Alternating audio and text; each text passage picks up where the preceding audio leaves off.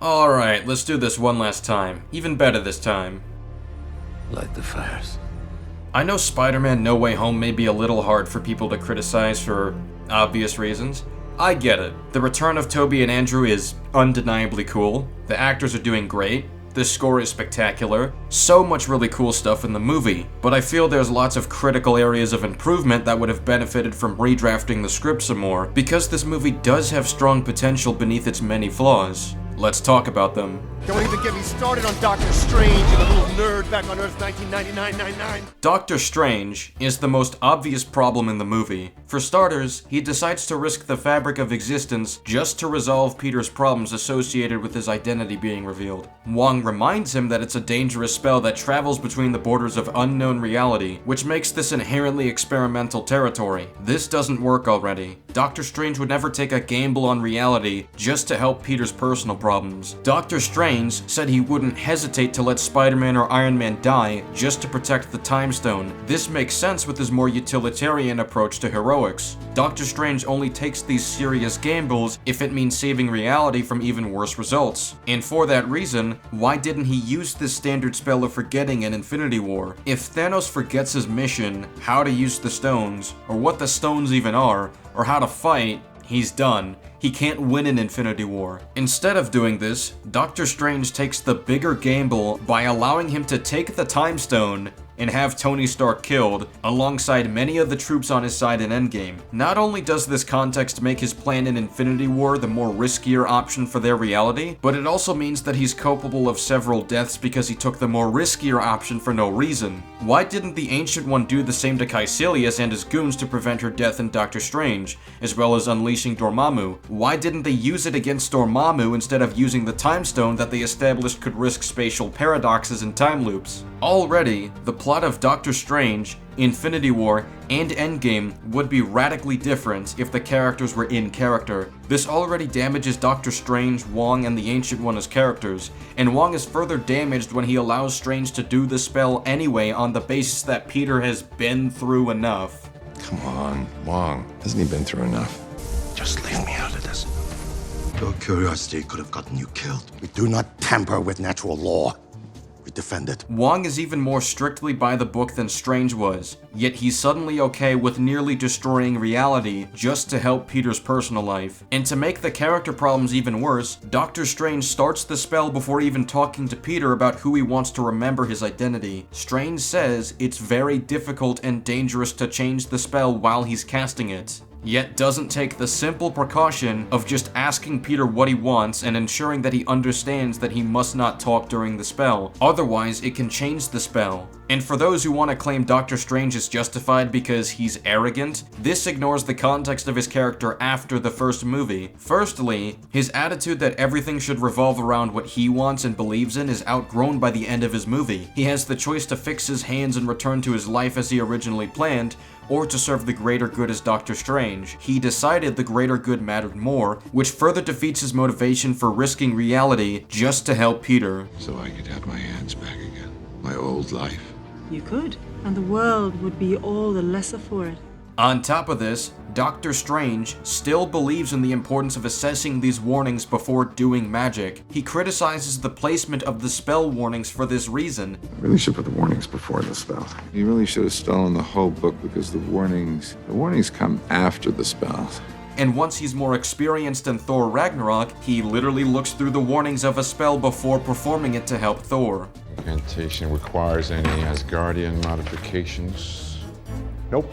Even ignoring the fact that Doctor Strange takes zero precautions before casting the spell, he can still stop the spell before doing anything, evident by the fact he contained it after Peter started changing the spell. If Peter was already uncertain of what he wanted, by that point he should have contained the spell so nothing happens, giving them the opportunity to discuss more. He still doesn't do that. This character assassination kicks off the entire multiverse plot, so this character issue bleeds into plot issues as well. Doctor Strange is also terrible at his job in bringing these villains, despite the many feats of his intellect and power we've seen from him in the past. Doctor Strange is so attentive that he knows where Peter and Doc Ock are, so he opens a portal to transport them to the Undercroft, but never thought to snatch the Green Goblin flying at them. Even when Peter brings him up again, he still doesn't check anywhere nearby the bridge to see where he went, despite the fact similar news feeds would have reported this. He does no searches whatsoever, despite stressing the fact that these villains are so dangerous and can break the fabric of reality. While I figure out how to get them back before they destroy the fabric of reality. And to make matters worse, he pulls an ability out of nowhere that would have made his job way easier at so many points. Doctor Strange has means of creating teleportation tools or projectiles in an instant. Why didn't Strange and Wong use this on Ebony Maw so they could send him to a cell or a death trap? The same could be said for Cole Obsidian. And why would Strange be willing to hand over a mystical device like this over to Peter? The sorcerers are extremely selective of who they share their magic with because of how dangerous it can be if it falls into the wrong hands. Why would Strange trust Spider-Man of all people with this, as opposed to simply asking Spider-Man to contact him when he finds one of these enemies? There's a reason he didn't start sharing his magical capabilities with anyone in Infinity War, despite how helpful it may be in stopping the threat. They perceive it as a great risk to hand over magic to others, especially those they don't know very well. I know this is my mess, and I swear to you that I'll fix it, but I'm gonna need some help. Can't believe I'm in the Sanctum Sanctorum. Neither can I. You're dealing with the fabric of reality here, and the backup Doctor Strange allows for are Ned and MJ. That's it. Doctor Strange can reach out to any Avenger out there, or even one of the many sorcerers we see in Endgame. According to this film, you can say someone's name and that's all you need to track someone down. Find Peter Parker! Ned finds two unfamiliar Peter Parkers by doing this, so Strange can reach any of the heroes we see in Endgame's climax, but Ned and MJ is all he can settle for, and if you can do this with the sling ring, why didn't he do it in Infinity War? Who could find Vision then? Ned Leeds apparently can if you give him the sling ring, but not the Master of the Mystic Arts. Avengers Assemble should have been done already by the start of Infinity War, so Doctor Strange's plan in that film is made even worse. Some of these guys are gonna die. It's their fate in the grand calculus of the multiverse. Their sacrifice means infinitely more than their lives. I'm sorry, kid. If they die, they die. The execution of this dilemma is fairly weak on Strange's side. This is not Strange's ideology. He used the Time Stone to explore millions of ways an event could unfold and opted for the one that doesn't result in half the universe staying dead. He believes that you can change someone's fate. He doesn't treat death as the end-all be-all.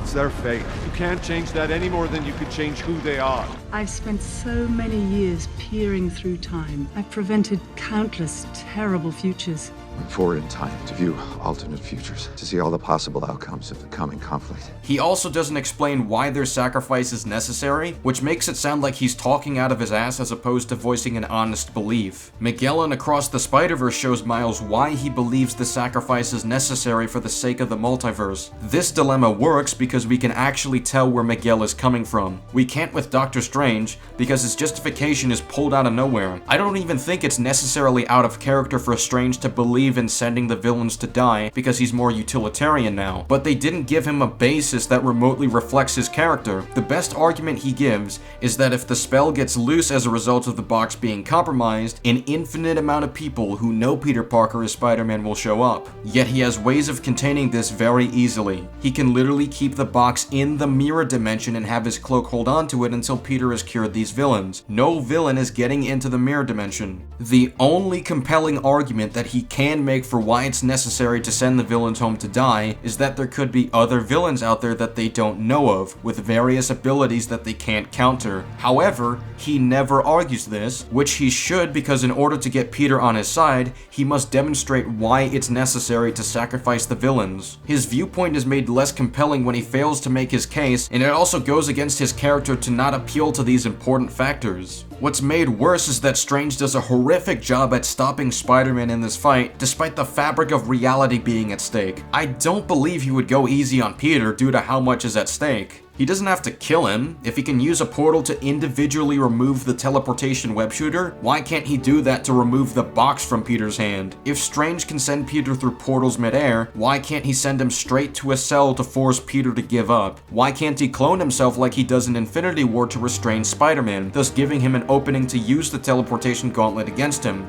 Or simply use the cloak to surround the box entirely, then use its strength to push the button by force. It should be strong enough to forcefully push the button. Why doesn't Strange do it when Peter is literally outside of his body? He can't do anything at that point. The cloak just has to wrap around the box, which we've seen it do later on in this fight, and just press the button, and it's done. Instead, Peter returns to his body and the fight gets brought into the mirror dimension where Strange is in full control. How could Strange possibly lose in the mirror dimension where he has full control of the physics, where they go, all of that? Spider-Man should be having a difficult time keeping up with this new dimension. Strange should be cloning himself to overwhelm Peter. Strange can literally turn a black hole into butterflies. Strange beat Loki by getting the drop on him so he falls for 30 minutes, and when Loki is back for more, he tells him goodbye by sending him through a portal. This fight should be a landslide for Doctor Strange, yet he embarrasses himself completely. Why does he open a portal so far away from himself at the end? He can teleport people in less than a second. He should do the same for himself. Look at how far he was from the portal despite knowing how quickly Peter could reach him. Or even better, any time in the fight where the Cape has the box or Strange has the box, all he has to do is send Spider-Man out of the mirror dimension. And then he has the box, and then he can go anywhere in the world to just press the button. And sorcerers have closed portals on their own without doing any hand movements. Why didn't he do this before Peter left? He just gave up. And so did his cape apparently, since it neglected to move Strange out of the way when he was getting webbed up. It didn't fly out to stop Spider-Man. We've gone so far as the cloak being out of character. And at the end of the film, he gets released from the mirror dimension because Ned somehow opened a portal there, despite not knowing or seeing the mirror dimension prior, nor having the intent to go there. That's inconsistent in itself, but when Strange gets out, he has the box in his hands. It doesn't matter what Ned tells him about the plan to cure the villains, it doesn't matter if it's working. Doctor Strange should be mad that 12 hours have passed and his orders were disobeyed. From his perspective, the box could have been compromised so many times by now. The villains, especially ones they haven't caught if they're out there, could have easily gotten more people killed. And Lizard being cured should not change his perspective on the grand calculus of the multiverse, because Lizard being cured does nothing to directly challenge that. He should be pressing the button as soon as he gets the box back. And then he just walks up to Peter as if nothing bad will come of this. What if Peter webs the box again like he did earlier? Doctor Strange should know that Spider-Man is dangerous to confront in person when he has something important on him. He should have pressed the button before talking to Peter. He should have been more inclined to press it when he saw 2 more Spider-Men show up. This is a serious problem from his perspective. And he should have been more inclined to press it when he heard a villain shouting at Spider-Man. He would have prevented the attack if he just pushed the button. I am really impressed that you've managed to give them all a second chance, kid.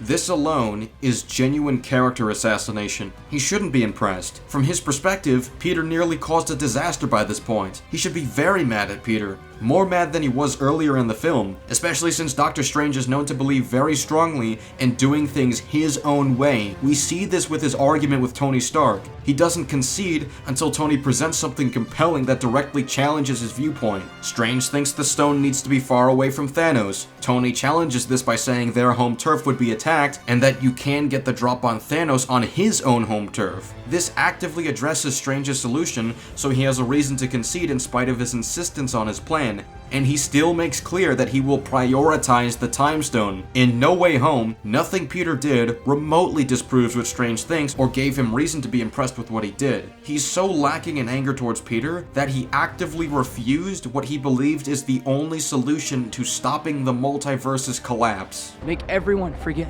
No. But it would work, right? Yeah, it would work. If it comes to saving you, or the kid, or the Time Stone, I will not hesitate to let either of you die. There was no other way.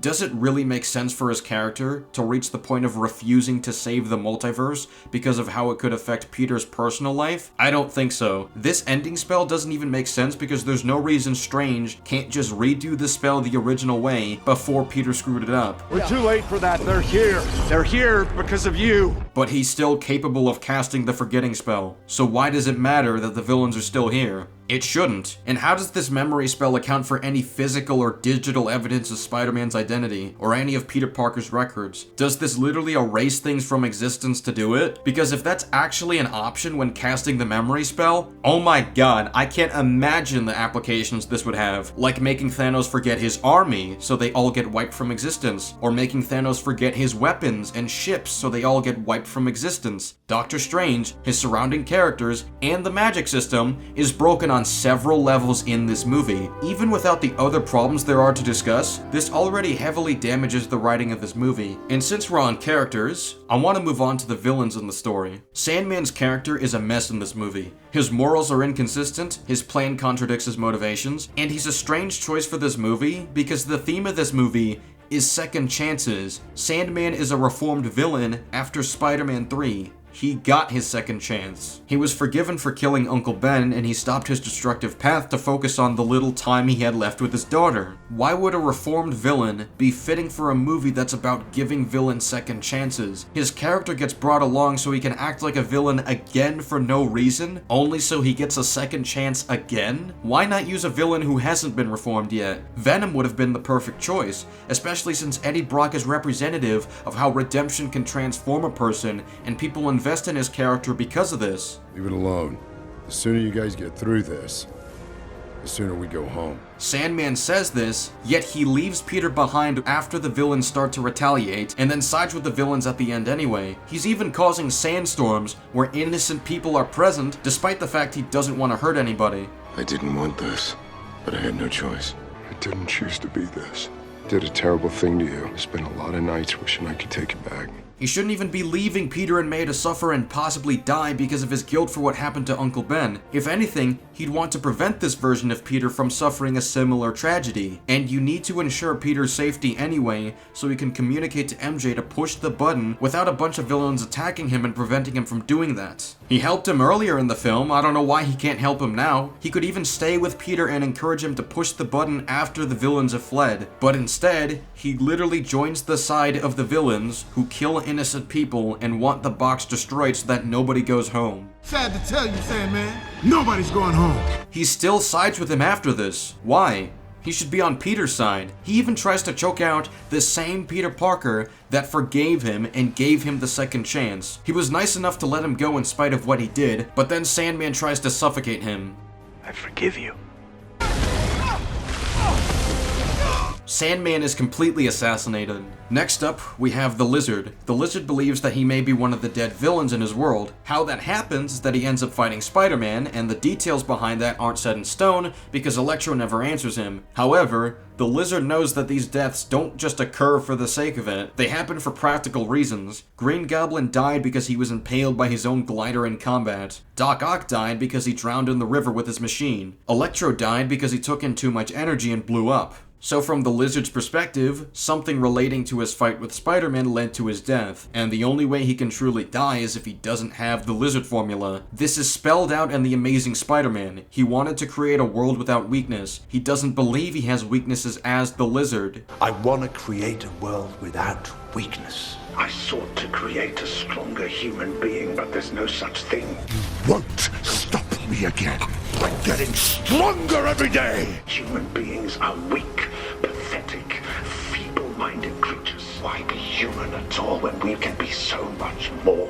Faster, stronger, smarter. So the only way he would actually die is if the Lizard serum wears off, which happens in the film several times. If Lizard decides to destroy the box and stay in the MCU, then eventually his Lizard form will wear off and he'll be stuck in a world where people are already after him and he has little to work with. He at least had a secret lab in The Amazing Spider-Man with materials alongside files of research and data that he needed to keep creating these serums. In the MCU, he has nothing. He has none of the money that he had in The Amazing Spider-Man to afford the resources that he brought into the sewers. He has no means of theft. He has no home or base of operations. And he's in a world where Spider-Man exists anyway, with more advanced tech than Andrew Spider-Man, and where sorcerers exist. Why would Lizard ever want to stay in the MCU when he has nothing to work with here, as opposed to staying in his universe where he has plenty to work with. If he runs into the problem of the serum wearing off like he does in the school fight, the solution would be to create a spare, or numerous spares. He has ways of avoiding his death, and he believes the only way he's vulnerable is if he isn't the Lizard. The fact he even believed for a second that he would die fighting Spider-Man as the Lizard is crazy. He would never believe this. The basis of his plan goes against him believing this. He wants to create a world without weakness, yet he wants to stay in the universe where he has nothing to bring that goal into fruition. Next up, we have Electro. While it makes sense for him to want to stay in the MCU, how he goes about it is odd. The film frames it as Electro needing to be convinced that he's a god who doesn't have to choose, yet this is literally what he said in the last film.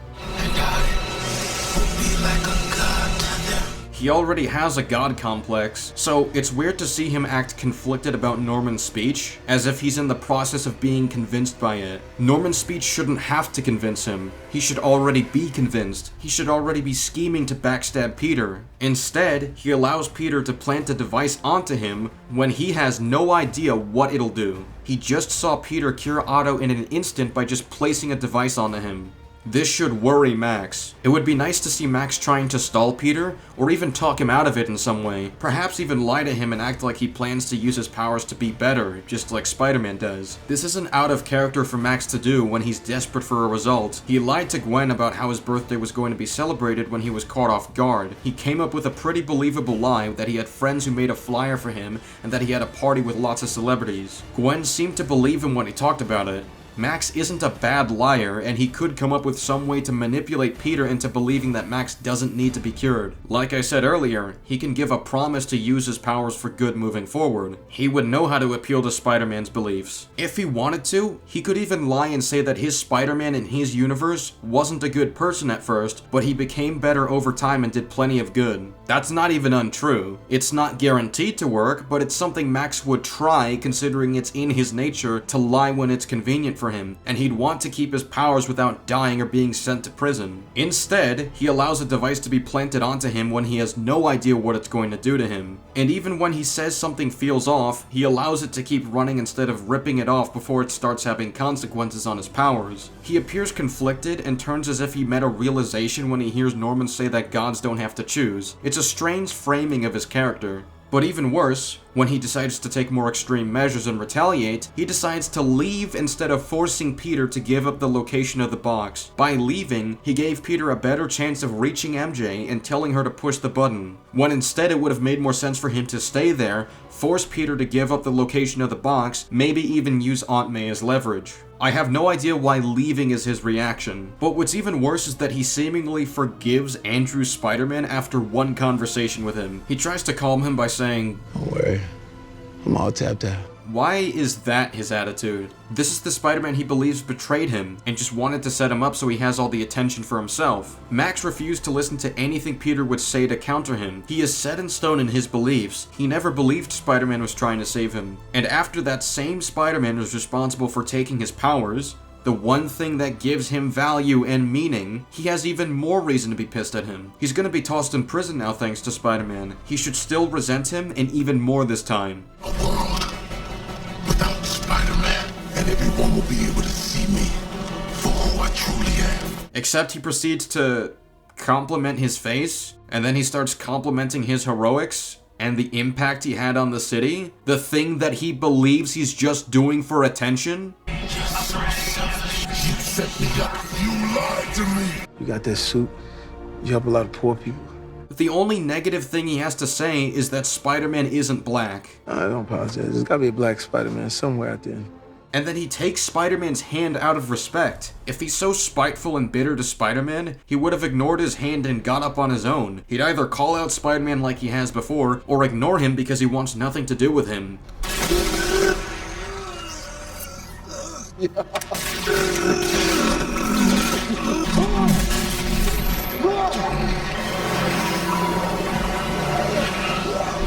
He should be very bitter and petty towards Spider-Man. This is a very strange interaction given his character and what just happened. I'm fine with saying Electro is assassinated too. Doc Ock is next. To his credit, he starts acting very much like Doc Ock in Spider-Man 2. Alfred Molina still has it, and his character is behaving like he would at first. I do, however, think it's strange that this film acts as if Otto would immediately become a good guy after the inhibitor chip gets fixed. It makes it seem like Otto has no agency in any of his decisions, and it was solely just the arms. That's not the case. Otto still needed to be radicalized into his beliefs. While his inhibitor chip was destroyed for a while in Spider-Man 2, the arms needed to argue with Otto on what to do about his machine. Monstrous things should be at the bottom of the river, along with me. Rebuild. No, Peter was right. I miscalculated. I couldn't have miscalculated. It was working, wasn't it? We need money. Steal it. No, I'm not a criminal. The real crime would be not to finish what we started. If Otto truly had no agency and was just being controlled, he wouldn't put up any argument with the arms. He would just submit to their demands immediately with no questions asked. It wasn't just mind control, it was a manipulation tactic that played on his pride and ego. He had to form an ideology before actually doing what the arms wanted. Yet in No Way Home, it gets dropped entirely just because the inhibitor chip was fixed. Compare that to Spider-Man 2, where the arms begin to lose their functionality, but Peter still needs to convince Otto not to listen to these voices in his head. There's still an ideology that Otto has formed and needs to be talked out of. This doesn't happen in No Way Home, yet he's fully reformed. That just makes for a less interesting character if he's literally just mind-controlled until he isn't, with no agency at all or an ideology of his own. But even after Doc Ock is reformed, he's still out of character. He offers to help wherever he can, yet he leaves Aunt May and Peter to suffer or die at the hands of the villains. He just runs off instead of seeking an opportunity to help. And if the villains manage to force Peter to give up the location of the box and therefore destroy it, which he should know is what they want, that just leaves Doc Ock no way back to his universe, which means he can't be there to help his Spider-Man take down the machine and save the world. That's two major reasons he's out of character for that alone. Doc Ock is assassinated as well. I've recently noticed this while I was editing, and it was so significant that I felt it was worth adding. Doc Ock is actively against Doctor Strange sending him home. And then what? We perish? Doc Ock doesn't believe he's going to die. He thought it was nonsense when Flint claimed that he drowned in the river with his machine. The reason for that is because while he had Peter by the throat, he was telling him that he refuses to destroy his machine, which means he doesn't believe it's a failure. It was working, wasn't it? Yes. Sure, the machine was becoming unstable, but why would that stop him? Even if there's a risk of his machine causing him to drown, he would still believe there's a chance to prevent that. Even if the risk is high, that shouldn't matter. That's a risk we're willing to take. If Doc Ock has the choice between staying in the MCU or returning to his universe, he would choose to return to his universe. At the beginning of the film, he wanted his machine back, but all of a sudden, he doesn't want to go home anymore, where his machine is, to finish what he started. It was my dream. Now, Green Goblin is the last villain on the list to go over. He may be the main villain of the movie and our favorite, but he works the least compared to the rest. Almost nothing about his character in this movie is in character. He is massively assassinated as a character. For starters, the dynamic between Norman and the Goblin is completely off. And to understand, let's recall their dynamic in the first movie. Norman plays innocent and ignorant to what the Green Goblin has done to benefit him, despite knowing the truth. We know he was lying the moment he pretended not to remember what happened the night of Strom's death, despite playing it back in his head as it was talked about. Downplay the innocent with me.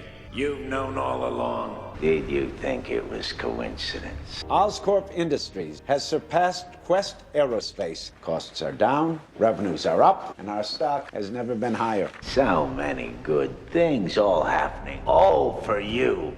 What do you want? To say what you won't. To do what you can't. To remove those in your way. You're out, Norman. Out, am I?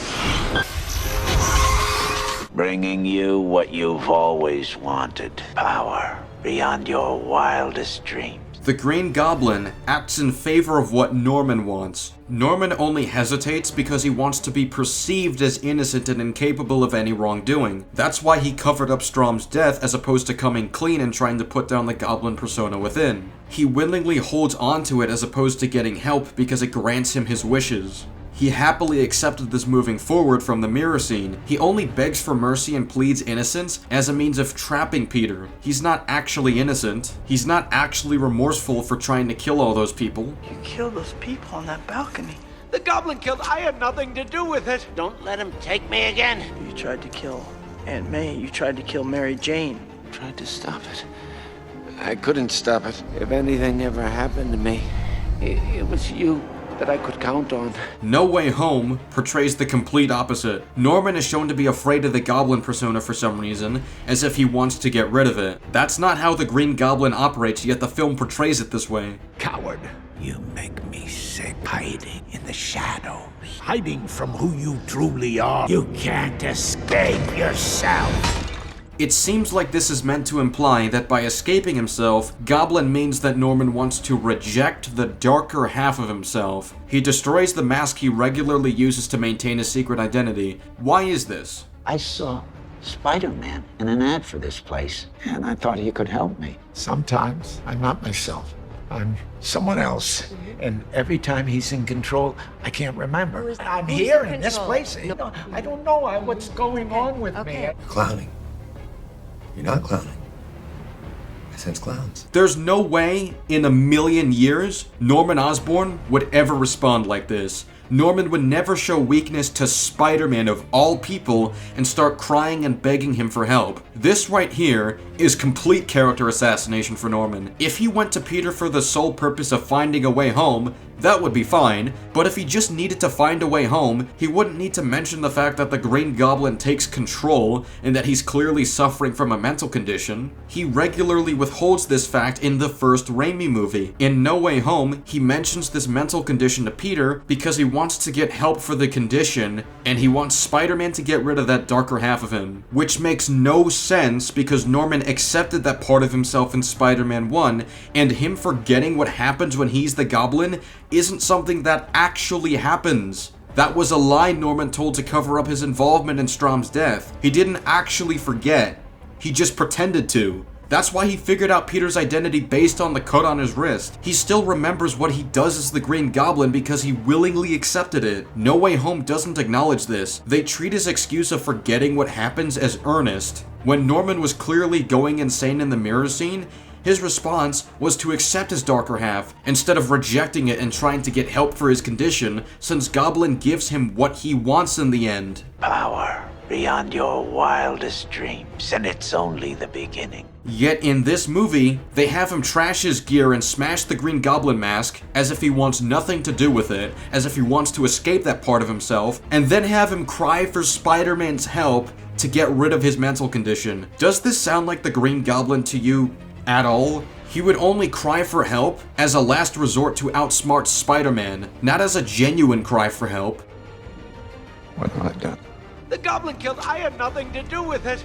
This scene strongly mischaracterizes Norman Osborn in Raimi's movie, and it's antithetical to his character. What's even worse is Norman's plan when he learns that he's going to die. He gets told that he dies from being impaled by his own glider. However, Norman, being as smart as he is, would know that being given information from the future can change what takes place in the past. Being informed of how you die gives you plenty of room to avoid that outcome. All Norman needs to do is not use his glider to kill Spider-Man, as well as apply additional caution and preparations before going into battle with Spider-Man, or come up with an alternate attack plan that doesn't give Peter the chance to suit up as Spider-Man. What Norman does instead is beg Peter to save his life, and he hopes to stay in the MCU forever. Norman doesn't have Oscorp in the MCU. His billions of dollars are gone, and he's devoid of many of the same resources he has back in his universe.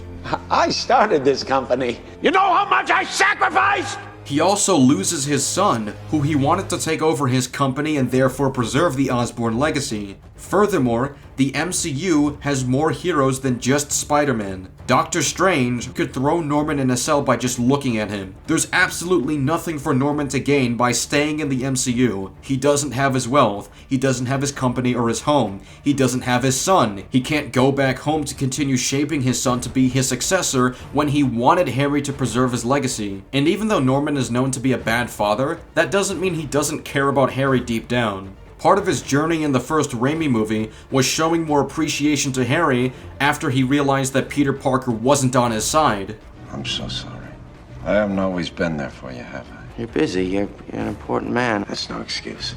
I'm proud of you, and I've lost sight of that somewhere, but I gotta make it up to you, Harry. He grows to realize that he didn't treat Harry as fairly as he should have. I'm going to rectify certain inequities. And at the end of the film, his last words are, "Don't tell Harry," because deep down, he still cares. Norman knows how he dies, and therefore can avoid it. Yet when he gets a hold of the box that decides his fate, he ensures his own demise by locking himself in the universe where he has less, but has to deal with more. He did this after he saw Doctor Strange and 3 Spider-Men right there. Green Goblin ensured his own demise instead of sending himself back to his home turf where it's safer. He should have been Team Doctor Strange and encouraged Peter to let it happen. Green Goblin is supposed to be a great manipulator. All he had to do was suggest that Doctor Strange may have a point and claim that he's willing to sacrifice his own life if it means helping everyone else's. This would have been smart for Norman to do if he wanted to preserve his legacy and stay in power. Norman seems more insistent on corrupting Peter above all else, even at the cost of his own death, which is similar to what he did to Tobey's Peter, but he only wanted to corrupt that Peter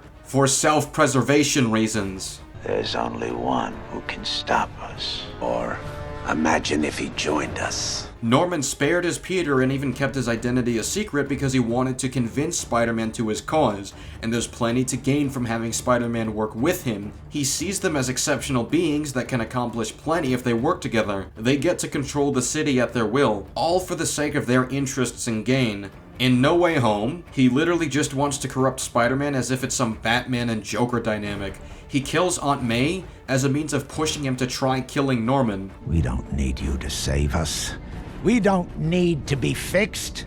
Gods don't have to choose. We take strong enough to have it all. Too weak to take it! No weakness, Peter, is morality. This isn't at all like what he tried with Tobey's Peter because this would actively turn Tom's Peter against him, and he doubles down on this when he fights Peter. Too weak to send me home to die. I just want to kill you myself. Attaboy. Why is this what Green Goblin wants above all else? Is this why he allows Peter to hang on to his glider instead of just killing him in the many ways he has? It seems to me like he wants Peter alive, which is why he didn't kill him back at the condo, but he has no reason not to kill him or at least torture him at this point. Yet he let him go after throwing the pumpkin bomb. Recall that when Peter escaped in the burning building fight, Green Goblin was pissed off. He didn't want him to escape at all. No one says no to me! Yet in this fight, he allows Peter the chance to come back from this when he should be acting in self-preservation. He acts as if he has won if Peter kills him, but that's the very outcome he wanted to avoid in Spider-Man 1. Spider-Man is all but invincible, but Parker, we can destroy him,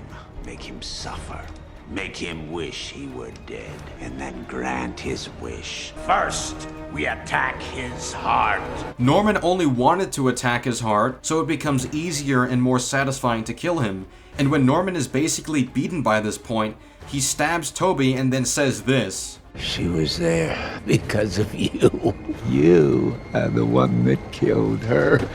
He's still tempting Peter to kill him, but when Norman thought he was beat in Spider-Man 1, he begged for mercy and pretended to be innocent to throw off Spider-Man so that he could get a killing blow in. In this scene, Norman is making it blatantly obvious that he's still evil and isn't going to throw off Peter by making it seem like there's still an innocent man down there. He's knowingly giving Peter more motivation to kill him instead of trying to throw him off and outsmart him in any way. If he pretended to be innocent, he'd at least catch Peter off guard and make him less prepared for any attacks. But apparently, he just wants to die to break Peter's spirit. What have I done? Why is Norman acting this way? He shouldn't be sad and apologetic like this. What have I done? The Goblin killed. I had nothing to do with it.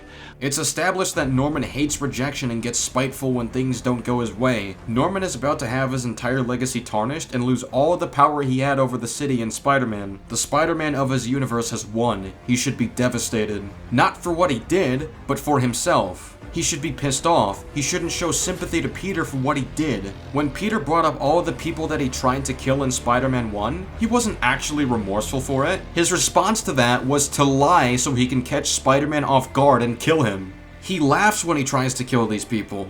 He should be doubling down out of spite just to piss him off, because at this point, Norman has nothing left. Showing remorse can make Peter at least feel somewhat better about the situation, which is not what Norman would want. Just like with Doc Ock, this isn't solely a situation where you can be cured into being a good guy straight away. There's still a level of agency both Norman and Otto had. They could have sought help for their conditions instead of giving in to them. That's what made them interesting as characters. The fact that their desires were strong enough for them to use whatever agency they had to give in to these villainous acts. The movie treats it as their evil being cured too, and I suppose this gets into a larger problem I have with how the villains are utilized. The villains are reflective of Spider-Man's ability to transform people, and the overall message is to believe in second chances, yet the solution they give makes the execution feel really shallow, and doesn't really tell us a solution. Green Goblin is cured, and suddenly he's a good man. Doc Ock is cured, and suddenly he's a good man. Sandman is cured, and suddenly he's reformed despite already having a character arc that served that purpose. Electro is cured, and then he suddenly forgives and respects his Spider-Man. The Lizard is the only one this really makes sense for, but even then, it still plays into the shallow execution of the theme of second chances. The only solution it offers is giving bad people magic cures, and suddenly they're the good guys. No questions asked. It takes away agency from these characters and doesn't actually give us a compelling solution. Compare this to Spider-Man 2, where Doc Ock's reforming isn't done through some magical cure. Peter reforms Otto by trying to reform his ideology and appealing to the good parts of him. Otto may be selfish and ego-driven, but there are still redeeming elements that Peter can appeal to in order to encourage better behavior. This is compelling because the solution accounts for the agency people have, which is critical in the process of reforming someone's character. We always have a choice.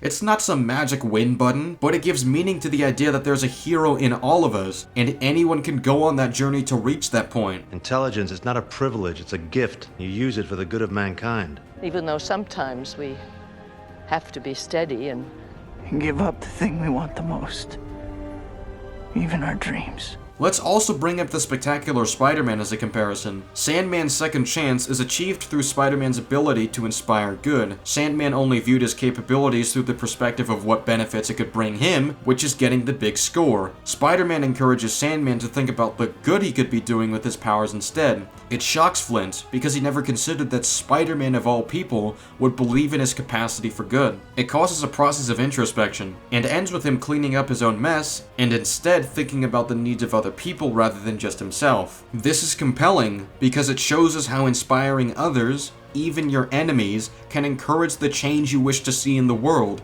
You can't control everything.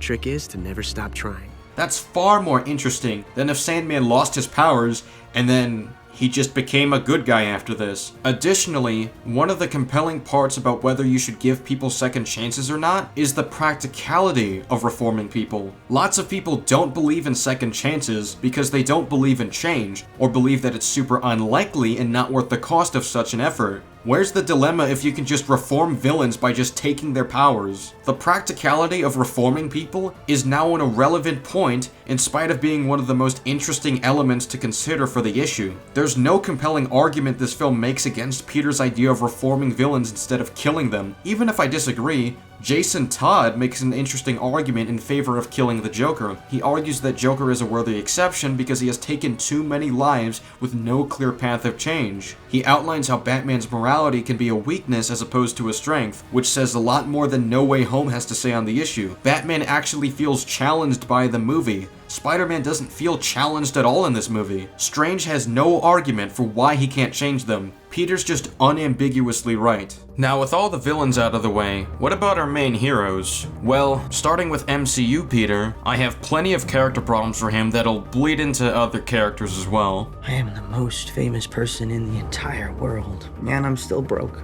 I know they're going for the trope that Peter's broke and he's struggling financially, but in this context, I don't even buy that Peter is broke at this point. It doesn't matter if he's a kid or not, he would still do what he can to help Aunt May since they've been struggling financially for years. Is this Grant, got money involved or whatever? The garbage accident. You're a dumpster diver. Yeah, I was In most adaptations, Peter is stuck with a low-paying job at the Bugle in spite of all of his efforts, but this Peter is literally connected to Stark Industries. Happy gave Peter and May a home, so that's not even a worry for them. And Pepper would have every reason to offer Peter a position at Stark Industries. Peter is exceptionally smart and Tony Stark was his mentor. Peter is provably innocent, but is put at a disadvantage because of what Mysterio did. Not only would it make sense for Peter to try to get a position at Stark Industries, but Pepper would have full reason to bring him on. This isn't a low-paying job like the Bugle. This is a well-paying job at Stark Industries. And if Peter has to leave at times because of Spider-Man stuff, Pepper would understand because his identity is known. Aunt May also works at Feast, and Far From Home showed us that its cause is well-funded since Pepper helps out. May has had a stable job for a while. Peter would have been qualified for a well-paying position at Stark Industries. They don't have to pay for their home. They would have sold their apartment before living at Happy's condo. The poor Peter Parker trope doesn't even work for this version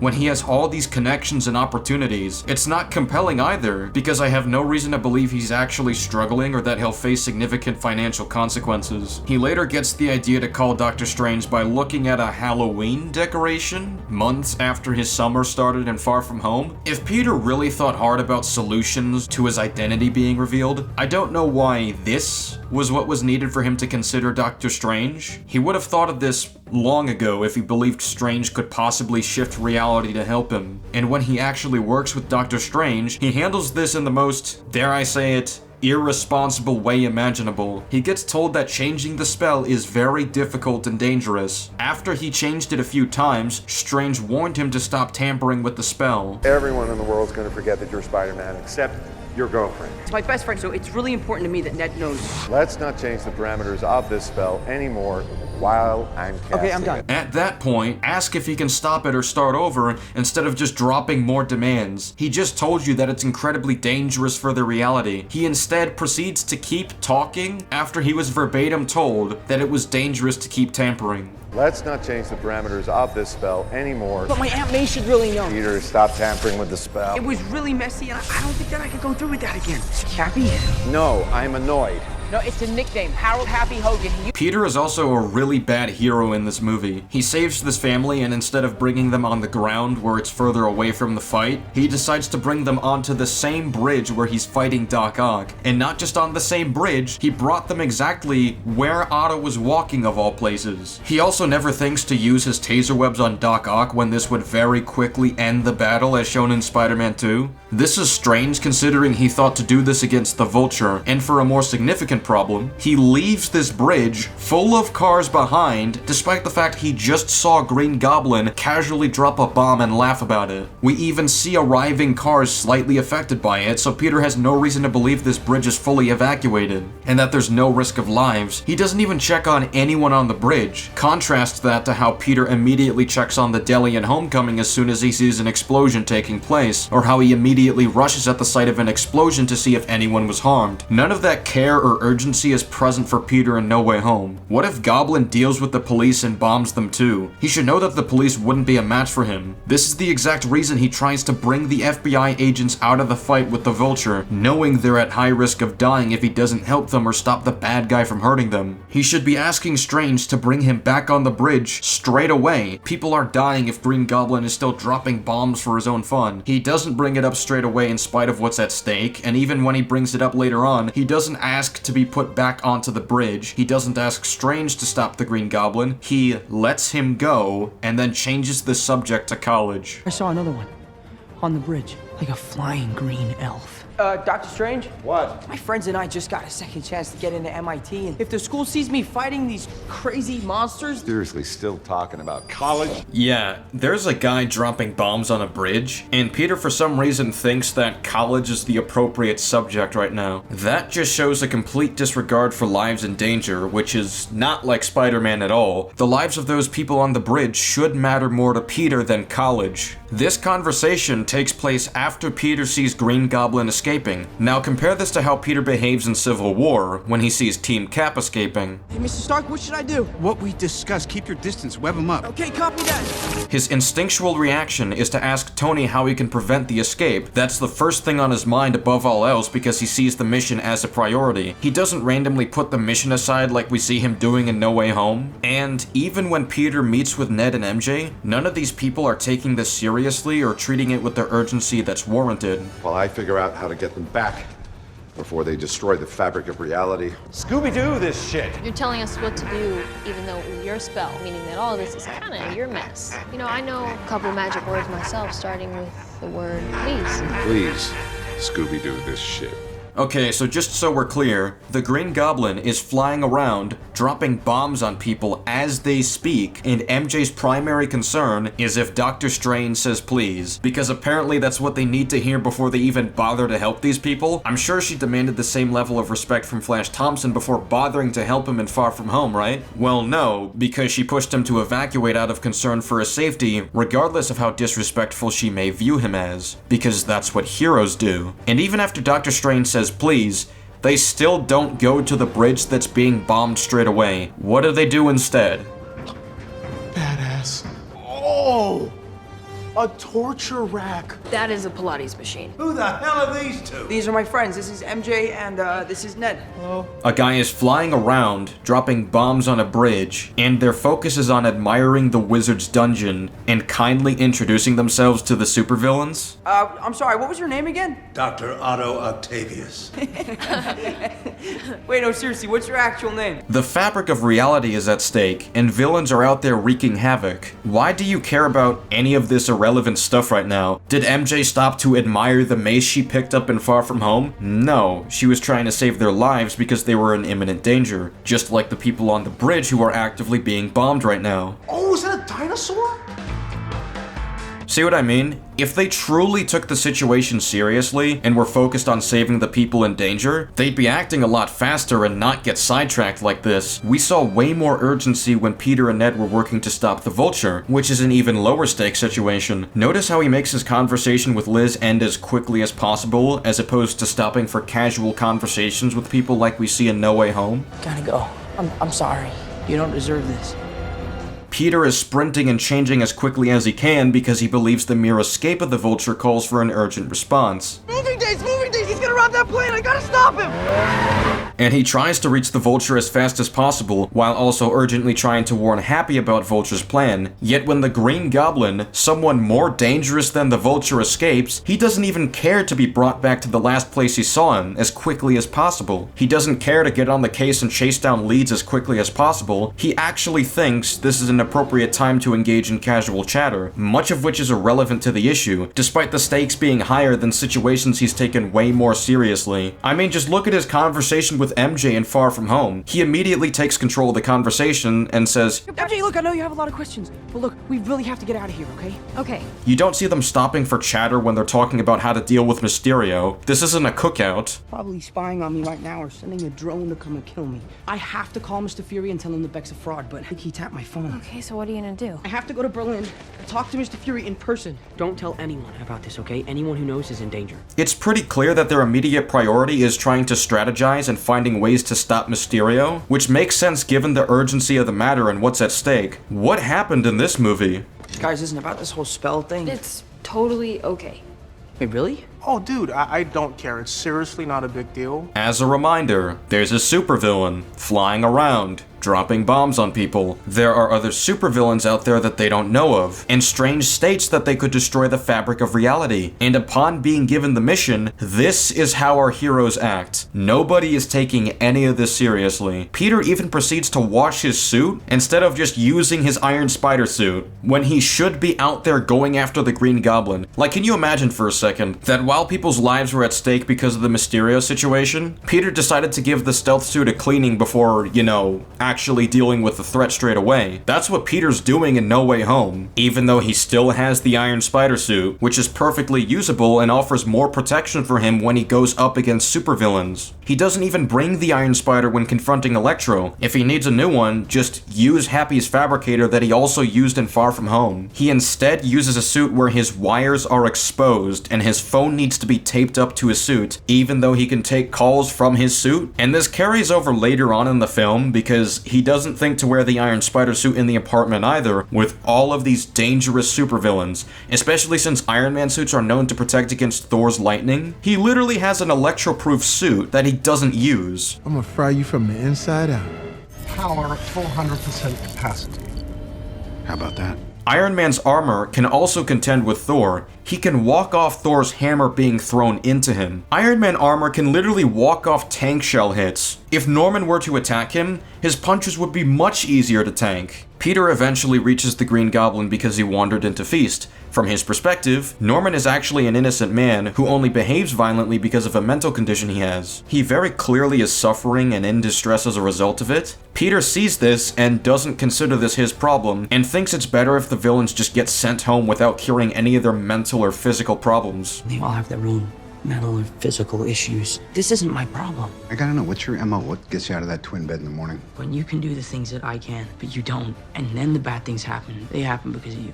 Based on this line, I assumed that Peter already understood the great responsibility message, so the not my problem line comes out of left field. This is something Spider-Man would say before he learns his lesson, not years after he did. If he does have the technology to help out Norman and the other villains, I don't see why he wouldn't. By this point in the film, he doesn't know they'll die if they go home. So from Peter's perspective, if Norman is just sent home without reversing any of his conditions, he'll just start acting violently at random. If Electro is sent home without reversing any of his conditions, he'll just go back to attacking people with electricity. If Doc Ock is sent home without reversing his conditions, he'll do exactly what he did on the bridge. If Lizard is sent home without reversing any of his conditions, he'll start attacking people at random. The only character he can reasonably believe would be harmless is Sandman. Why would he think it's a good idea to send them home without reversing any of their mental or physical problems, and why doesn't he care if Norman keeps suffering as a result? Not to mention that Norman Osborn has a son.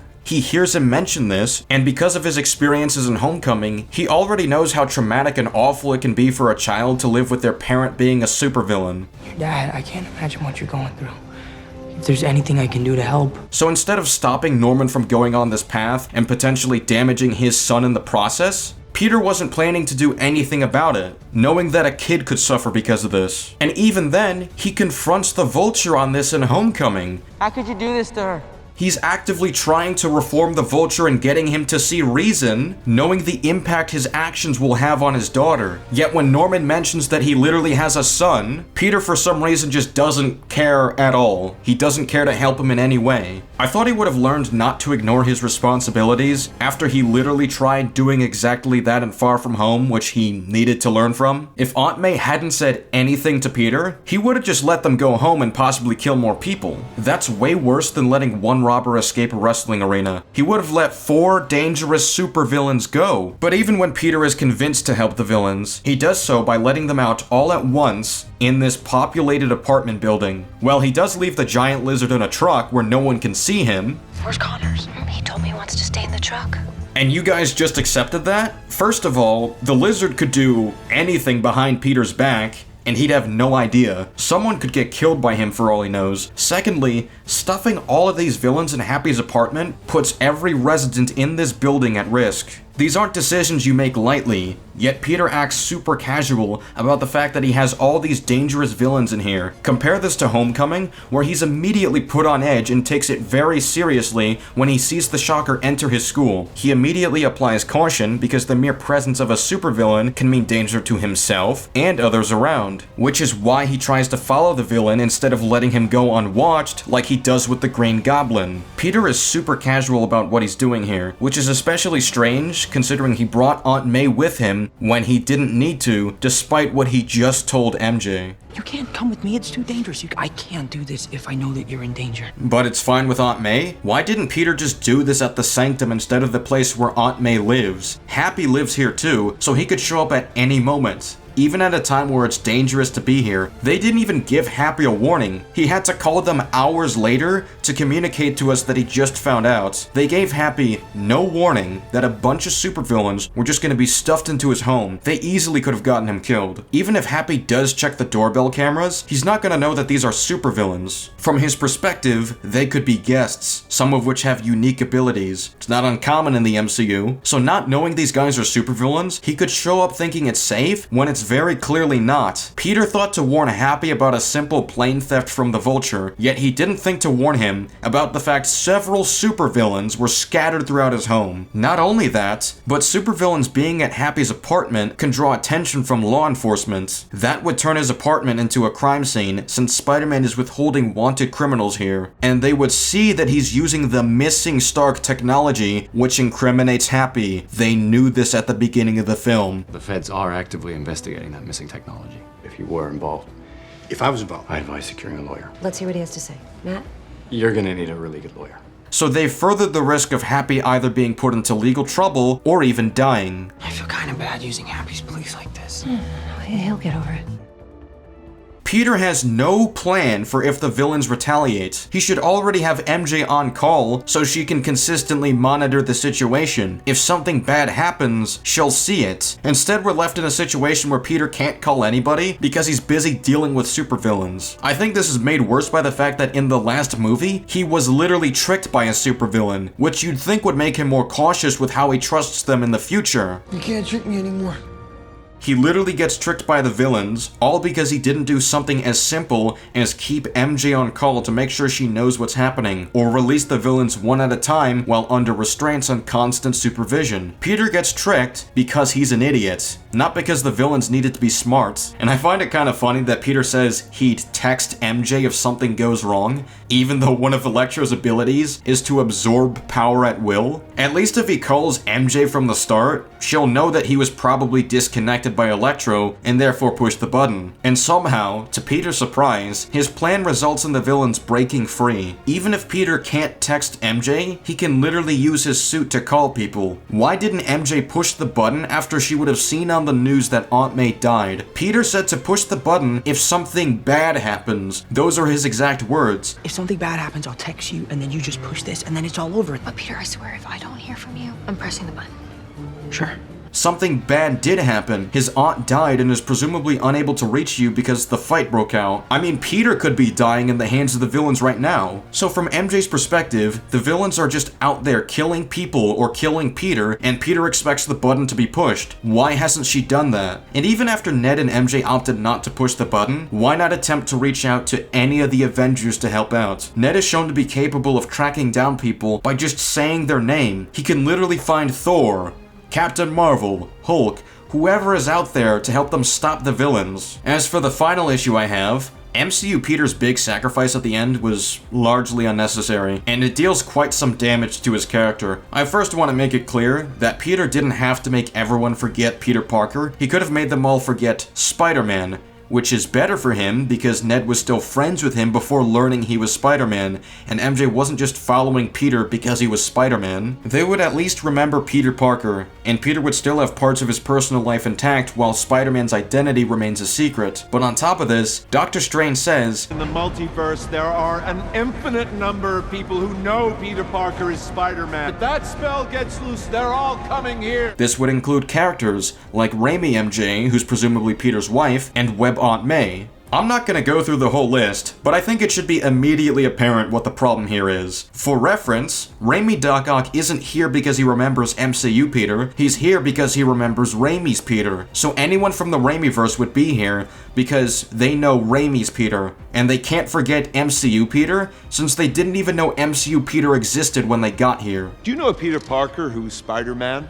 Yes. Is that him? No. So with what MCU Peter told Strange to do, he would have caused Raimi Peter to lose his Aunt May forever. He would lose MJ forever. And if they ended up having kids who knew their dad was Spider-Man, my god, that is a horrific situation to be in. Andrew's Peter would end up losing his version of Aunt May too. And since this spell can pull from these versions of Spider-Man from the past, a variant of Andrew's Peter may lose Gwen forever without an explanation. A variant of Spider-Man could lose someone close to them because MCU Peter made them forget. What he did potentially ruined so many Spider-Men in the multiverse. And to end it off, the point of Peter's arc in this movie seems to be for him to become Spider-Man, meaning that this trilogy as a whole is meant to be a long origin story for Spider-Man. That's at least what it seems to be framed as after its release. But for those who have followed these movies since Civil War, you may notice that this heavily contradicts the explanation for Uncle Ben's absence, which was to skip the origin because we know it already, therefore we can fill in the blanks. If we're skipping the origin, that's fine,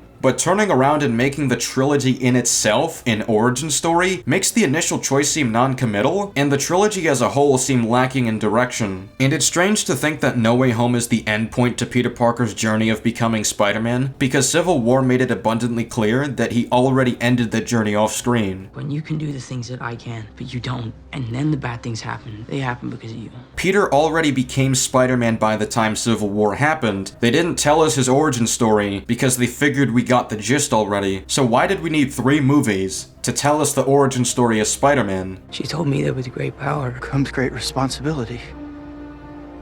Wait, what? How do you know that? Uncle Ben said it the day he died. Maybe she didn't die for nothing, Peter. With the way this is framed, it seems like they're saying Aunt May died so that Spider-Man could be born, which is similar to what other Peters believe came about from Uncle Ben's death. So did MCU Peter never have an Uncle Ben, and Aunt May's death is meant to be that moment for him? Is that the purpose of drawing the parallel between her death and Ben's death? That's what it sounds like based on how the dialogue is written, but if that's the case, that completely undermines the scene in Civil War that shows us that Peter already went through the origin story to become Spider-Man. Peter's talk about the guilt that comes with inaction is meant to hint at Uncle Ben. Also, we have this in Homecoming. May cannot know. I cannot do that to her right now. You know? I mean, everything that's happened with her, What happened to her? I assumed it was the loss of Uncle Ben which motivated Peter to be a hero to begin with, but if Uncle Ben never existed, and No Way Home marks the true end of Peter's origin story, then this line is now lacking in context and therefore meaningless, despite being a significant motivator for Peter hiding his identity from her. This line originally means that Peter doesn't want Aunt May to feel the stress of Peter risking his life all the time because she's already grieving the death of Uncle Ben, but now this line means nothing if that's apparently never happened to MCU Peter. Did it happen? Did it not? I don't know. We shouldn't have to speculate this. We should just have answers. The fact we have to speculate the existence of an important character in the Spider-Man mythos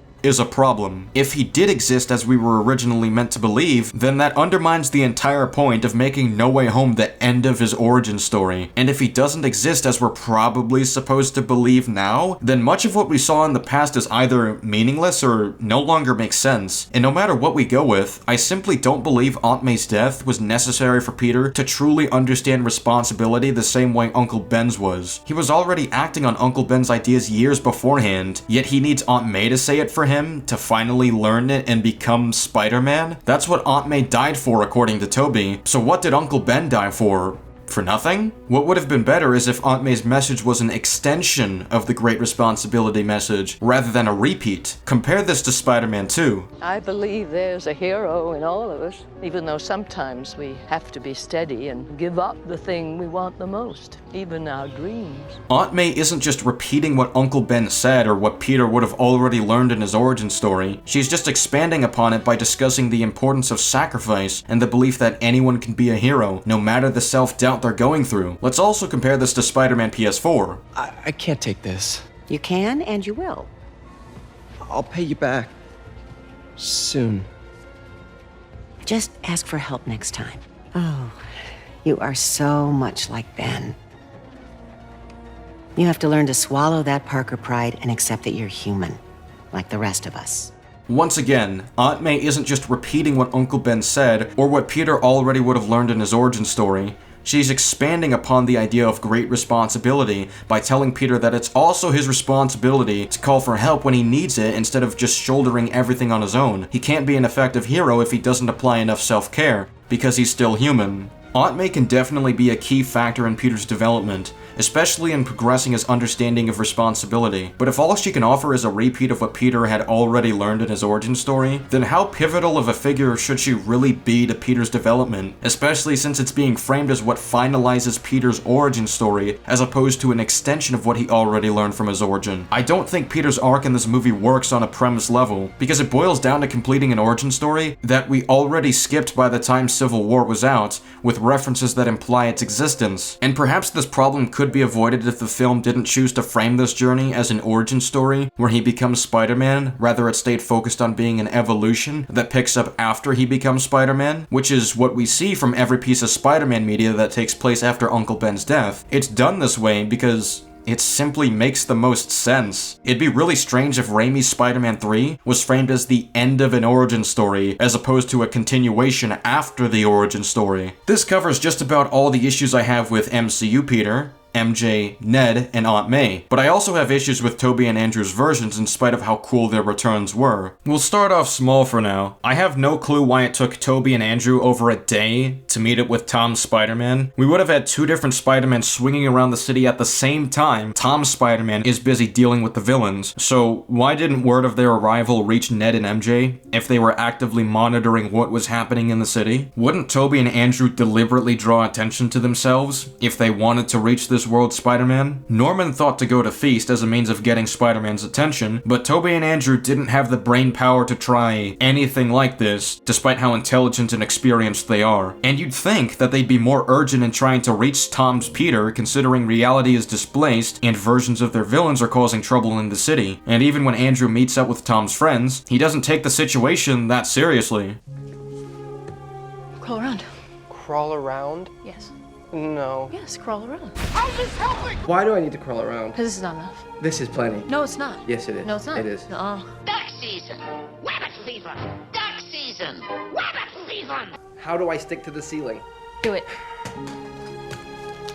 While the banter here is funny, consider the context of the scene. MJ and Ned are desperately trying to find their Peter Parker during a situation where reality is broken and several supervillains are out there attacking people. This is the root cause of their worries and presumably why they can't reach their version of Peter Parker through regular means. Even Spider-Man himself could be in serious danger. So it strikes me as odd that Andrew's Peter is more focused on beating MJ in a petty argument instead of just crawling around like she asked in order to make sure he's trusted. As soon as she asks him to crawl around, he should just do it immediately so he earns their trust as soon as possible. Yet he keeps refusing to cooperate by casually dragging out the argument, despite the fact both of them are clearly afraid to trust him, and there are several supervillains out there actively causing trouble, either killing random civilians or Spider-Man himself. You'd think Andrew's Spider-Man would have the emotional intelligence to tell when people are afraid to trust him, especially under the stress of their friend being in danger and unheard of. So his instinct would be to do what he can to calm them down and ensure their comfort instead of arguing with them to trust him. Hey, buddy, it's okay.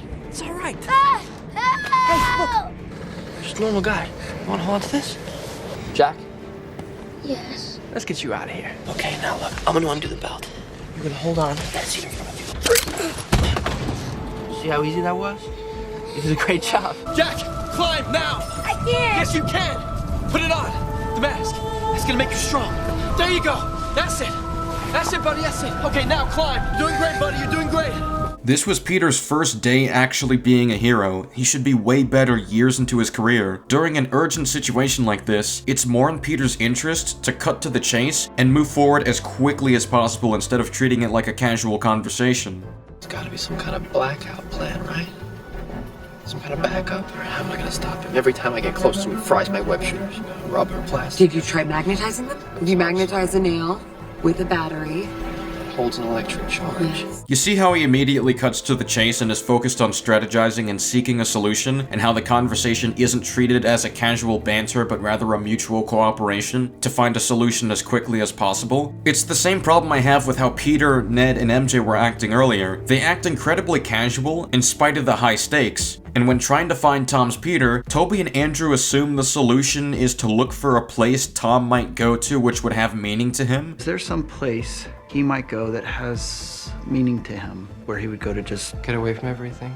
Why would that be the plan? They haven't gotten a response from Tom's Peter. They don't even know if he's safe to go where he wants right now. Was their plan to go to the rooftop of Midtown High and just hope that he's there as opposed to facing attacks from multiple supervillains? Why not use the portals that Ned just used to track both of them down? If both Toby and Andrew saw Ned do this, then they'd encourage him to do the same to find Tom's Peter, but instead they take the option that's less likely to find Peter and takes longer to do in a situation where reality is broken and several supervillains are out there. And then we get into an interaction that I feel is pretty disrespectful to the Raimi movies. He died in my arms after he tried to kill me.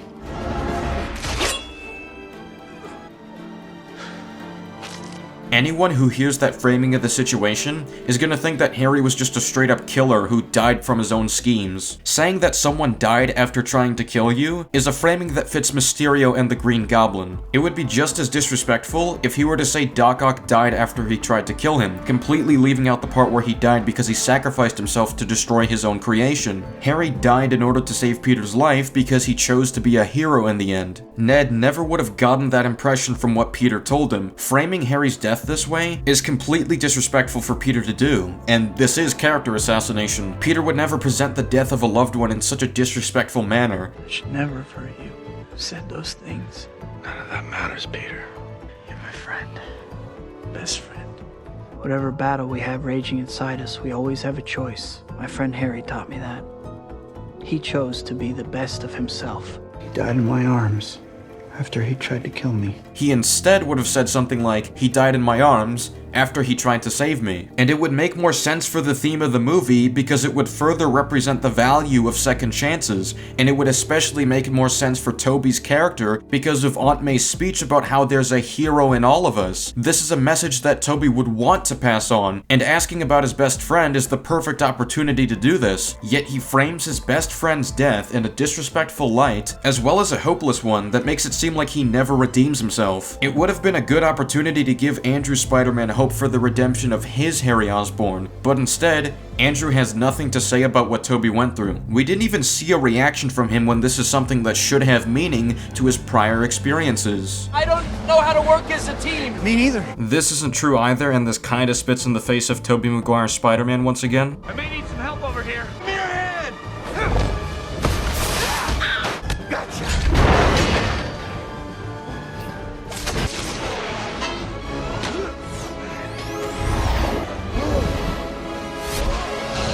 This thing got any more? Hang on. To what? Go, buddy! Got her.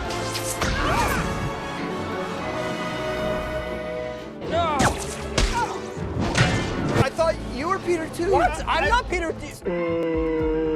And this is a problem with all three of the Spider-Men, but their plan to cure the villains has problems of its own. It's shown to us that Ned can track down anybody through the portals by just saying their name. So if Ned were to open a portal to find the Lizard, you'd have 3 Spider-Men overwhelming the Lizard with webs, which is shown to be effective in the first Amazing Spider-Man movie. Lizard would be cured straight away. If they did the same to Norman and got the drop on him, he's not beating 3 different Spider-Men at once. Green Goblin can be slowed down by a bunch of webbing from Toby, so you'd imagine how badly he'd struggle against 3 of them. Electro is the only one that would actually be a problem, but at least you have 3 Spider-Men solely focused on him, instead of the outcome in the film, where they focus on Electro and the other villains at the same time. Sandman wouldn't even put up a fight if the rest are cured, and Doc Ock should have been tracked down already for a couple of reasons. Firstly, Doc Ock can be a great help in creating the cures and fighting the villains. Secondly, leaving Doc Ock out on his own instead of ensuring his safety makes him vulnerable to the police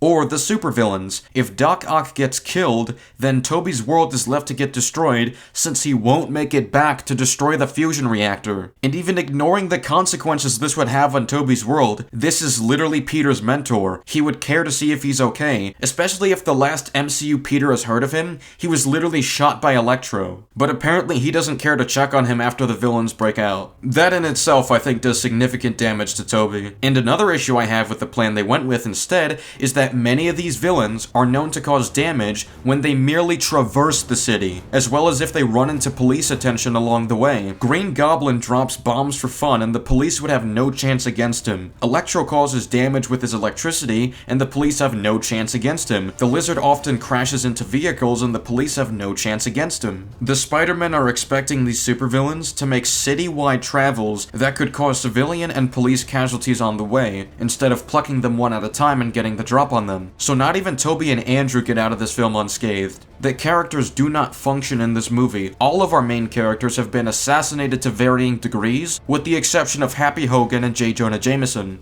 And I haven't even gotten into all the problems in the plot, the continuity problems with other movies, or the inconsistent power scaling, and there's plenty to break down in those regards.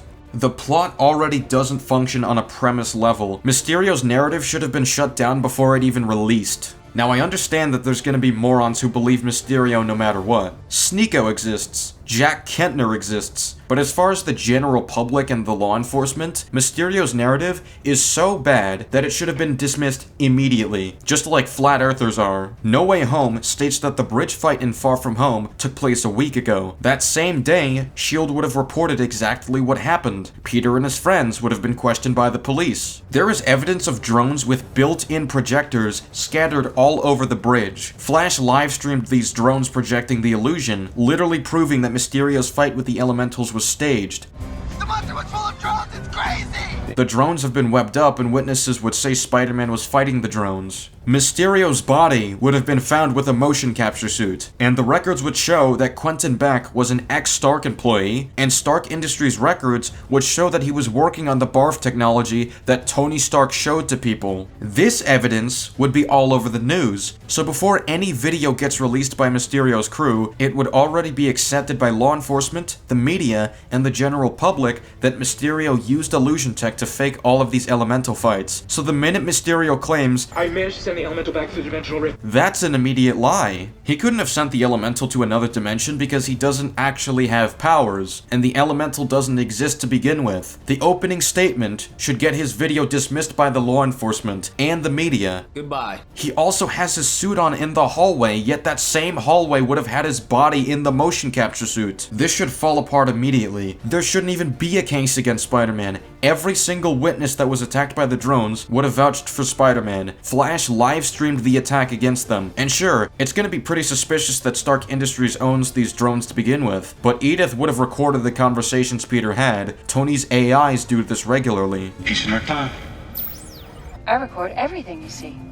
Everything? Everything. So even if people try to pin it on Peter because the drones are from Stark Industries, he can literally show proof that Mysterio was given the glasses. It shouldn't even matter because Fury already would have reported that Mysterio only had the drones because Spider-Man gave them to him. Ask him and he can explain everything. Nick Fury has been off planet for the last year. Nick Fury and Maria Hill literally walk out in public and Far From Home. Talos wasn't acting under orders to make Nick Fury's presence unknown. That's literally the entire point of impersonating Nick Fury, so that people still believe he's around doing his job. This just breaks continuity with what Far From Home was doing with Nick Fury. So Happy apparently took a fabricator from Stark Industries and the technology is under investigation for theft. Far From Home showed us that inside Happy's plane that he legally owns, a Stark fabricator is inside. Why would Happy have to secretly steal a fabricator from a company that Pepper owns? He's already allowed to use one of these. Why did he have to steal one so that an investigation is opened? And Happy's legal issues get dropped soon after this, so I don't know why this was ever brought up to begin with. Also, what did the Avengers even have to say about this? If the Avengers believe Mysterio, which they shouldn't, then Spider-Man would be perceived as a serious threat and would be under constant watch. If the Avengers believed Spider-Man, which they should, then they would have vouched for him and called out Mysterio on his lies, which wouldn't be controversial considering the evidence stacked against Mysterio, and it would have prevented the constant rejections due to recent controversy, which is the reason the rejection letters give. Suit compromised. Doc Ock removing a small piece of his suit shouldn't be that big of an issue, because Infinity War showed us that Iron Man's nanotech can fill in these gaps with spare materials, much of which gets used for various constructs in his fights. And the arms are nanotech too, so he can be completely armored with spare nanotech, yet this never happens in the fight. Osborn? Peter literally didn't tell Harry as Norman wished for, so how does Doc Ock know that Norman Osborn is the Green Goblin? It was all over the news. Impaled by the glider you flew around on. So that's how Doc Ock knows. That's literally the same information that Bernard gave to Harry in Spider-Man 3, which was the basis for his decision to help Peter in the end. The blade that pierced his body came from his glider. If this was all over the news, then this shouldn't be a surprise to Harry. This is a massive contradiction to something that was a pretty big deal in the Raimi trilogy. Another problem is that the lizard serum never seems to wear off in this movie. The Amazing Spider-Man shows us that it wears off after some time, let's say a few hours. No Way Home takes place over the span of a day, and Kurt has no resources to give himself an additional dosage of the lizard formula, so why didn't he revert back to Kurt Connors far earlier in the film? This one leans into more power scaling issues, but Sandman shouldn't be able to block any of Electro's attacks, nor should he be able to contain him.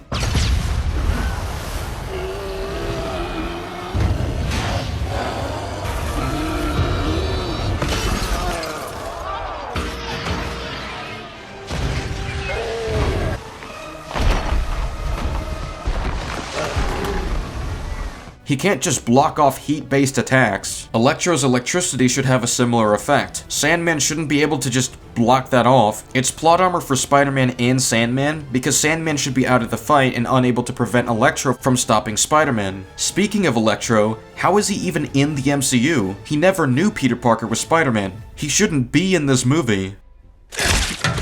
Why doesn't Peter just wet both of Norman's hands? He was smart enough to do this in Civil War.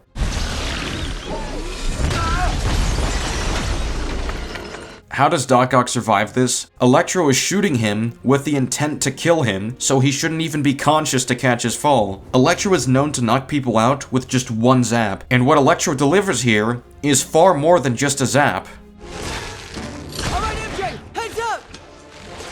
Take note of how right before he says this, Electro was shooting at Tom's Spider-Man, so he would have seen Tom tossing the box over to MJ, and the box is his top priority. Somehow, throughout this entire fight, Electro doesn't notice this glowing portal in this dark area at night, despite following Tom's Spider-Man, who literally tossed the box to MJ where he could see it. He just needs to teleport over to MJ and Ned and shock them. He wins if he gets the box. Instead, he ignores this and proceeds to follow Andrew's Spider-Man, despite just following up with Tom's Spider-Man. I don't know how Ned is struggling to close the portal either. These things close due to inactivity. He just needs to leave it like he did last time. The lizard arrives, and from his angle, he can clearly see the portal himself. He should be taking notice of this too, the moment he realizes that none of the Spider-Men have the box. It's an obvious hiding place. Yet Lizard doesn't realize this until way later in the fight. How did Tobey's Spider-Sense fail to warn him of the lizard?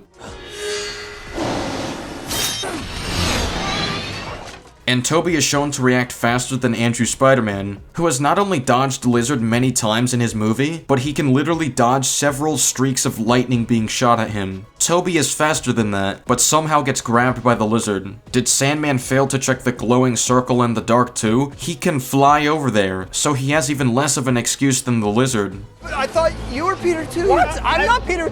I don't know why they didn't confirm which Peter was which before they started doing this very important fight. The most experienced and intelligent Peter Parkers are the ones who didn't check. Lizard is in a perfect position to just bend his claws straight into Spider-Man. He should be stabbing him like he tried to do in their fight in the sewer. Electro saw Spider-Man drop the cure. Why not fry it to pieces to ensure it doesn't get used on any of the villains? Why does Tobey go straight inside the Statue of Liberty head when he's dealing with Sandman of all people? Indoors is the easiest place for Sandman to entrap you. He should know that from experience. All Tobey needed to do was meet Andrew at the top. He didn't need to be inside the statue. That's even worse for Tobey because he has nowhere to go if Electro shoots at the statue. At least on the outside, you have more space to move around and avoid Sandman and Electro. Even then, this plan could be okay if he was at least planning to escape from the statue head. He could still escape the head of the statue through the small opening. We've seen him do this mid-air on the spot in Spider-Man 2, so he can easily slip through to avoid Sandman and catch the cure. What was Electro even doing after he shot at Tom's Peter? Andrew was being held by Lizard, Tobey trapped himself into Sandman, Tom would have been followed by Electro constantly, and Electro can teleport to Spider-Man, yet he's nowhere to be seen the next time we see Tom. And then after Andrew escapes, Electro suddenly follows him and remembers he's still in the fight. But even then, I think it would have been more in character for Electro to use that opportunity to kill Andrew. He already saw Lizard was on top of him. Electro would want the satisfaction of killing Andrew's Peter. Why not just teleport to Lizard and help him finish the job?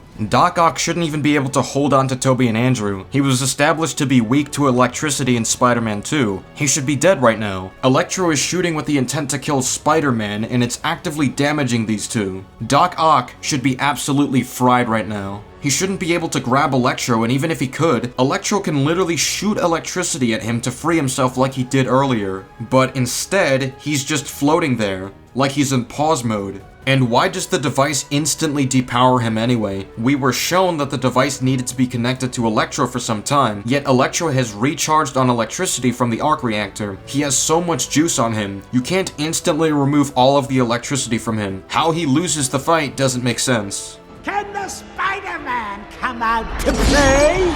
This should fail straight away. All Strange needs to do is press a button, and Norman's gone. On top of this, Tobey and Andrew just watch this happen instead of webbing the pumpkin blades, which Tobey does in Spider-Man 3 when he fights Harry.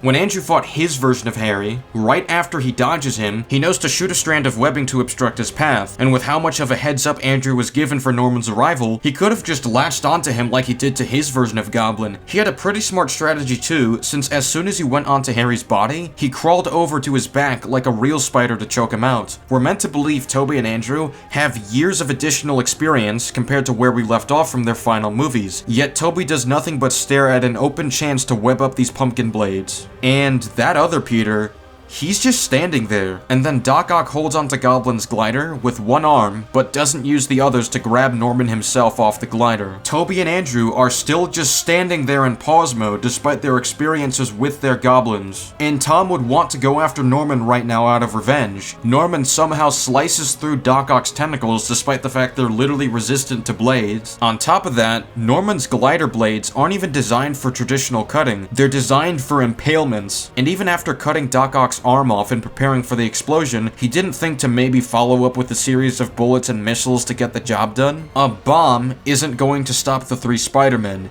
He saw Tobey survive an explosion in the burning building and escape just fine. One explosion isn't going to do it, and he has the perfect distraction right now. I don't know how Doctor Strange survived this bomb straight to his face. Superhumans have had worse reactions to these pumpkin bombs. And then Norman just watches Peter break his glider and doesn't care to do anything about it. He just watches Peter blow up his glider and cause him to crash. Tobey's spider sense also doesn't warn him of Norman stabbing him, and I don't know why Tobey is down for the count just because he was stabbed. It's so bad that Andrew needed to help him stay up. Except Norman's blade didn't even reach the other side of Tobey's body, and the blade we see isn't even that long since Tom broke a piece of it off earlier. Tobey was similarly stabbed this way by Harry in Spider-Man 3, but he walked it off and kept fighting. Even in an earlier fight, he got stabbed by Harry with 3 blades and he still kept fighting. He took even more cuts when dealing with the pumpkin blades and he still won that fight. Andrew in his first movie could keep fighting after Lizard gave him an even worse stabbing, but somehow Tobey is taken out of the fight and temporarily paralyzed by 1 stabbing. It seems to me Tobey was nerfed pretty significantly in this movie. That pretty much wraps up my issues with the movie. Whether that affects your enjoyment or not, that's up to you,